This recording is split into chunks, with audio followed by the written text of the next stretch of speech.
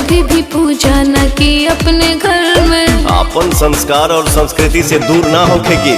बचपन से मैं तो रही हूँ शहर में, कभी भी पूजा न की अपने घर में।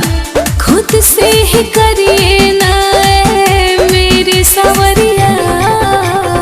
अरे बाप कहाँ बनहलू सा हमारा केरी। जो मनाओ ना। I love you जान काली माई केरिया, नमी करेला दुनिया जहान, चला माई भिरिया।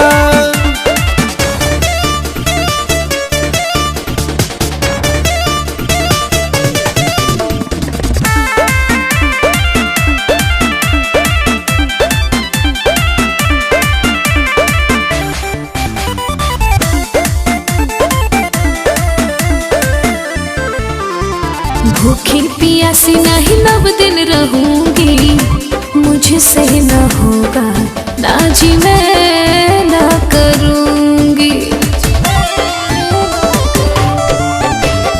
ऐसा न तोरा धनी कह तू ना हो, मान मर्यादा मिटा दे बुका हो। आपका पुराना है मेरा नया नजरिया। अरे दादा I love you जान काली माई केरिया, नमी करेला दुनिया जहान, चला माई भिरिया।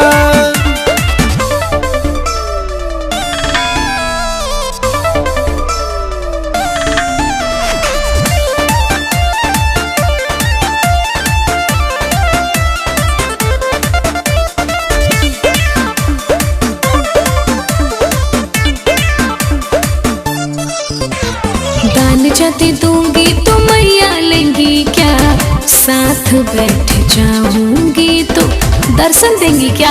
हाँ बोलिए। का बोली पवन कहेले धर्म करम ने किया, होई महसूस अंतरात्मा से देखिया। ठीक है आती हूँ पहन के ललकी सड़िया। ये भइल ना बात, प्रेम से बोलिए सच्चे दरबार के।